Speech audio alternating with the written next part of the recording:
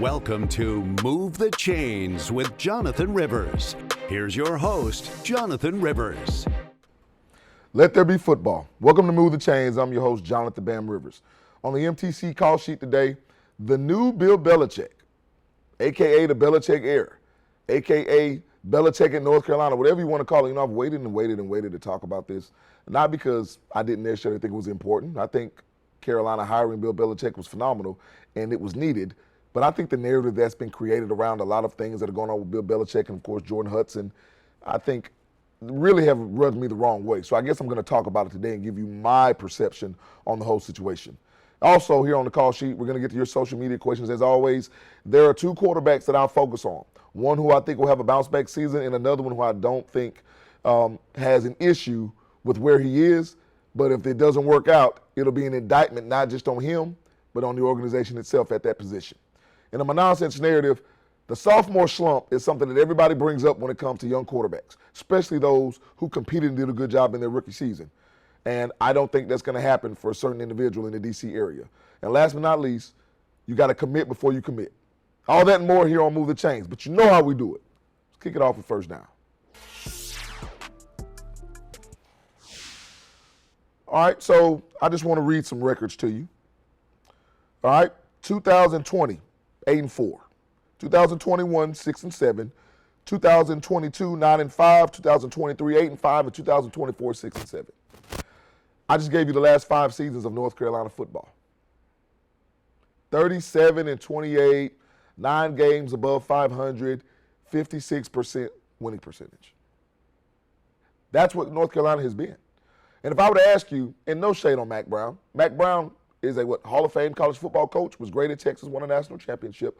But if I asked you, and then if I asked a recruit, or if I asked a player that's currently playing college football that wants to potentially transfer, has Mack Brown left an impression or a brand about North Carolina that makes you want to go to that school? A lot of people may say no, unless you have some ties to North Carolina in terms of your family. But now I want to show you what they brought in. Let me get my graphic here. We all know Bill Belichick is the new head coach of North Carolina. I want to show you his overall record as a head coach in the NFL. 333-178, second all time, right behind Don Shula. 9 AFC championships, 6 Super Bowl titles, 17 division titles, and most wins by a head coach in the playoffs. That's who you're dealing with when you're talking about Bill Belichick in North Carolina.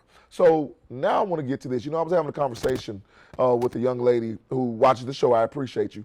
And she left a comment on YouTube when I talked about the branding of college football. And she said, well, you know, brand doesn't matter more than wins matter.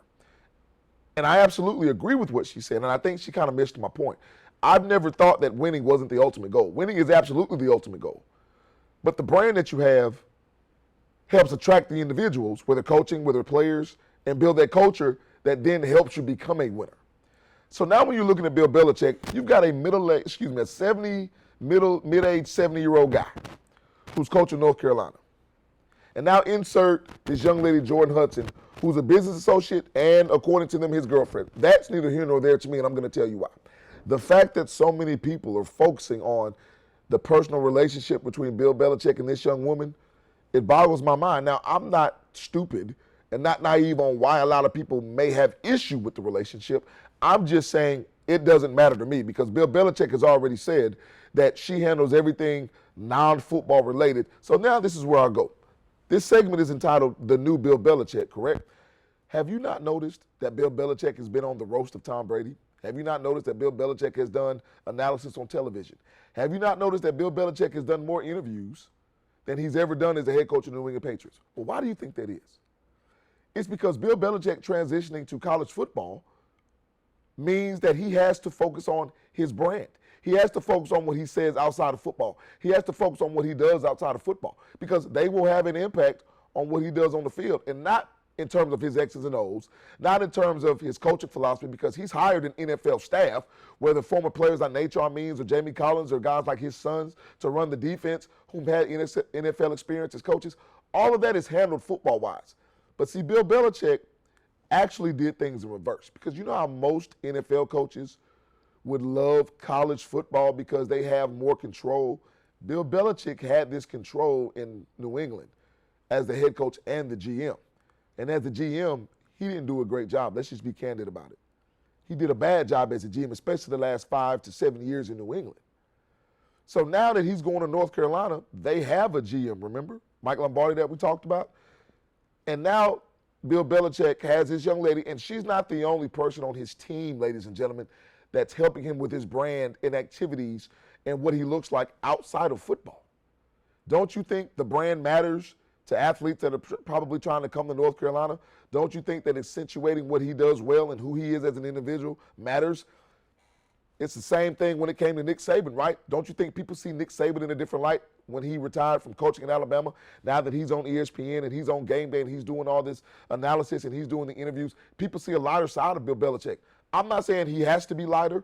I'm not saying Bill Belichick has to be in a situation to where he has to be different, but the situation is different. So Bill Belichick has to adapt. So to me, it would be irresponsible of Bill Belichick to not have people on his team that handle these situations when it comes to social media, when it comes to Instagram, when it comes to interviews, when it comes to dealing with collegiate athletes. Because now you've got the guy who knows how to coach football, but who also knows how to handle players that make a lot of money. And he's going to coach North Carolina with players because of NIL, because of the collective, because of all these things that are available now, who may be making a lot of money in college. He knows how to prepare them. He knows how to get players to the NFL because he's coached players in the NFL, and he knows how to win. So the fact that you're looking at Bill Belichick in a different light should be the way that it is, because he is being looked at in a different light because the light is different. But the fact that a lot of people are focusing on this young lady and what it is that she is or is not doing for Bill Belichick is the distraction. And before I leave, I'll just say this. I was listening to or reading some statements that Cam Newton made about Bill Belichick where he said it's funny how a guy who always talked about doing your job and don't be a distraction is the one causing the distraction, because we're talking about his girlfriend, Jordan Hudson, more than people are talking about the starting quarterback in North Carolina. Well, my boy, I love Cam Newton. You're doing that by choice. You're choosing to talk about that rather than the quarterback of North Carolina. On this show, we're going to talk about what Bill Belichick is doing on the field and how people helping him off the field is allowing him to focus on the job at hand. All right, when we come back from the break, it'll be social media questions. Back when we move the chains, right after this. Welcome back to Move the Chains. And before we get to answering your social media questions, I want to take this opportunity, as always, to thank my Lord and Savior, Jesus Christ, for hosting Move the Chains. I also want to thank you, the fans. Listen, the comments that you leave on TikTok, on YouTube, thank you for watching on WXTX Fox 54, and I promise you, your boy will be better when it comes to responding to your comments. Keep liking and subscribe to the YouTube channel. We'll talk about that more at the end of the show, but I appreciate the comments. I appreciate the thoughts. Whether you agree or disagree with the takes, I appreciate you viewing it and taking an opportunity to love the show. And last but not least, the best production crew in the business, they get it done. I mean, there's nothing else to say about it. So definitely appreciative of all the men and women that have anything to do with this show behind the scenes. Having said all that, you know what time it is. It's time for Second Down. Social media, social media, social media. Comments, questions that I get all the time that I want to talk about right here on the show. So let's go ahead and get to it. What's up first? What quarterback will have a bounce-back season in 2025? Patrick Mahomes. Patrick Mahomes will have a bounce-back season. And see, to me, you have to understand every bounce-back season is not created equally. I want everybody to understand that. This man just played in, his 6th Super Bowl. They've won 3 of the last 6. He's been to 7 or 8 straight AFC championship games. But statistically, I want to talk about this because this is what a lot of people focus on. Now, I know winning and losing matters, and I know he has a lot to do with winning or losing when it comes to Kansas City Chiefs, but he had a down year statistically. There's no need to get around that. There's no need to try to sugarcoat that. His touchdowns, I think, were one of the lowest of his career. His completions were one of the lowest percentages of his career, his yards, and it's because of the way the team was constructed and what they didn't have. See, the Kansas City Chiefs have done a great job of becoming chameleon-like in their approach, right? Doing what needs to be done to get the job done. But I think with Xavier Worthy coming into his 2nd season, Rashee Rice coming back, them drafting individuals like Brashard Smith out of SMU to go along with Isaiah Pacheco, they're going to be a team that looks a lot like what you saw under Tyreek Hill. Not saying they're going to have another Tyreek Hill. What I'm saying is I think the offense will be a lot more explosive, but I don't care if it is or it isn't. I just know Patrick Mahomes is efficient, and because of the year he had last year where he had to scramble more than he ever had, I think because they're solidifying their left tackle position as well through trade and free agency with Jalen Moore and also through the draft, this is going to be a quarterback whom you see get back to what he's done since he came into the league. All right, what's the next question that we have? What free agent signing are you watching most in 2025? This might seem insignificant to you, but I'm really, really interested and intrigued by Daniel Jones and the Indianapolis Colts. And to be honest with you, it has little to do with Daniel Jones and everything to do with Anthony Richardson and the Indianapolis Colts. Because I want you to think about this. There are 2 top 10 quarterbacks on this roster right now. Daniel Jones and Anthony Richardson are 2 top 10 quarterbacks playing for the Colts, battling for a starting job. But what if Daniel Jones wins the starting job? Isn't that an indictment on the Indianapolis Colts? Because won't it tell us once again that they have no idea of how to draft and develop a quarterback? No idea. Because the best thing they had in their franchise since Peyton Manning, right, was Andrew Luck. And like I talked about previously, they allowed him to get the life beat out of him because they didn't protect him. They didn't protect their investment. Well, now Anthony Richardson has been hurt his first couple of seasons. Daniel Jones is coming off of 1 playoff victory in appearance with the Giants. When he wasn't that good in that season, it was Saquon Barkley and the defense that led them there. This is a team that has to show that whatever quarterback they get behind, they can move the needle forward. If not, the Indianapolis Colts are a team that will simply be mediocre in the NFL. And I hate it because if you look at their roster, which I have in detail, they have phenomenal players on this team, but they're not getting the job done. So I've got to start looking at the front office and the coaching staff of why execution is not happening between the lines, because they've got the players to do it. All right, what's the last question we have up here today? Will Jalen Hurts be an MVP candidate in 2025? I may hurt a lot of feelings when I say this because I'm hurting my own feelings, and I'm going to say no. And it has nothing to do with Jalen Hurts. Who was the MVP candidate on the Philadelphia Eagles last year on their road to the Super Bowl? It was Saquon Barkley. And it's not that Jalen Hurts didn't have a phenomenal season. He was a Super Bowl MVP, if I'm not mistaken. It wasn't that Jalen Hurts doesn't add to the rush game as well. He absolutely does, right? It's not that Jalen Hurts is not a phenomenal leader, is not the unquestioned leader of this team. He is. He's the son of a coach. He understands what it takes to win. But when you have a running back like Saquon Barkley who flirted and was on the cusp of breaking the all-time rushing record, that's one of the criteria that's needed for a running back to even be considered. So if you have that, I think it's going to take away from what Jalen Hurts does production-wise, because he's been hugely productive for the Philadelphia Eagles. And again, this is a statement that I'm making that I don't even agree with, and I'm talking about what other people will say. I think Jalen Hurts is an MVP candidate because he's that good, but I think because of how people operate, he won't be an MVP candidate, because if the Eagles are going to be productive and have the opportunity to win another Super Bowl, it will be on the backs of that offensive line, that defense, and that rush game, and I think that'll have Jalen Hurts the odd man out when it comes to MVP candidacy. All right, when we come back from the break, my favorite segment of the show, sophomore slump for a rookie who had a phenomenal season. It's nonsense, and I'll tell you why right after the break. Back in Move the Chains, right after this. And welcome back to the show. And you know it's time for a segment that I truly love. Mr. Brainchild that I've had, and my producer Josiah definitely loves this segment because it allows him to vent. If you think I'm somebody that vents, when you get a chance to meet my producer Josiah, you'll understand that he has the passion and the knowledge of football unlike others, as well as my director, Ernest. Like I said, the conversation we have, especially around nonsense narratives, are phenomenal in the studio. Having said that, it's time for my favorite segment of the show. Let's hit the nonsense narrative.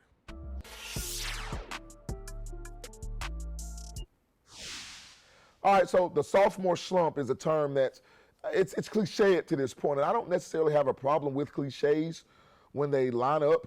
And I'm not saying that people are necessarily wrong for thinking that this might be a potential outcome of the Washington Commanders and Jayden Daniels, because a lot of people think that Jayden Daniels is going to have a sophomore slump simply because his rookie season was just that good.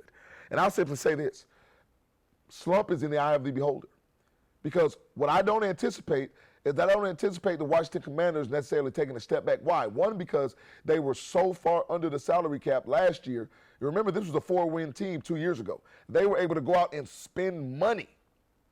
They already acquired Marshawn Lattimore, right, mid-season last year. Then when I got guys like Deebo Samuel in the offseason. So they're a team that was able to build around this young quarterback who helped them win when a lot of people didn't think they were supposed to. Now, I know what you're saying. Well, man, they made it to the conference championship game. If they don't make it to the conference championship game with the Super Bowl, then it is a sophomore slump. No. I don't believe that, because I believe that there are a lot of different variables that go into a team's success and a team's failure. But what I'm telling you is for Jaden Daniels to experience a slump in my estimation means that he has to now come back with double-digit interceptions, maybe throw for 1,000 yards less or what have you, not be effective in the run game. And I just don't see that happening. And I want to tell you this because the comparisons to me are funny. C.J. Stroud, his rookie season was phenomenal. And I looked at C.J. Stroud, and I said on this show that I thought C.J. Stroud would take a step back, and he absolutely did because of the number of interceptions he threw in 2024. But remember, Jaden Daniels, even though he was a rookie, think about the amount of college football that he played. Think about him being recruited by Arizona State and Herm Edwards, former Jets head coach and Chiefs head coach in the NFL, where he started as a freshman. Think about the amount of reps he took at Arizona State and at LSU. Think about the amount of high leverage games that he was in. Think about the fact that he uses all of this artificial intelligence and virtual reality to prepare for football. He does things that a lot of people just don't do. So to say Jaden Daniels is going to experience a sophomore slump, and my estimation is to say that the league is going to catch up to him because he's behind the 8 ball. Jaden Daniels has shown himself to be very, very proactive, very prepared, and very poised. And when you have those 3 Ps, regardless if you're a rookie, a second-year quarterback, or a 10th-year veteran, you are going to have success. So in my estimation, I don't see any reason for there to be a sophomore slump in Washington, and I see this as one of the reasons that the NFC East will be one of the best divisions in football when it comes to the Eagles, the Commanders, and that's right, the Dallas Cowboys. All right, when we come back from the break, it'll be time for the final drive. You've got to commit something before you can commit to something. I'll explain what that means right after this.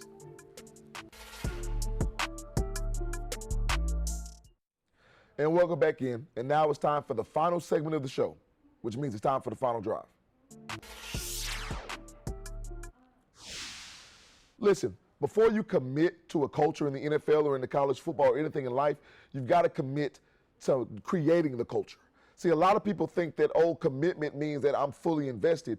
Yeah, but if you haven't fully invested in the idea, the actions that you take won't matter because those will just be a byproduct of your inaction and not doing what you're supposed to be doing. So at the end of the day, in order to create the commitment that you want, you have to commit to being committed.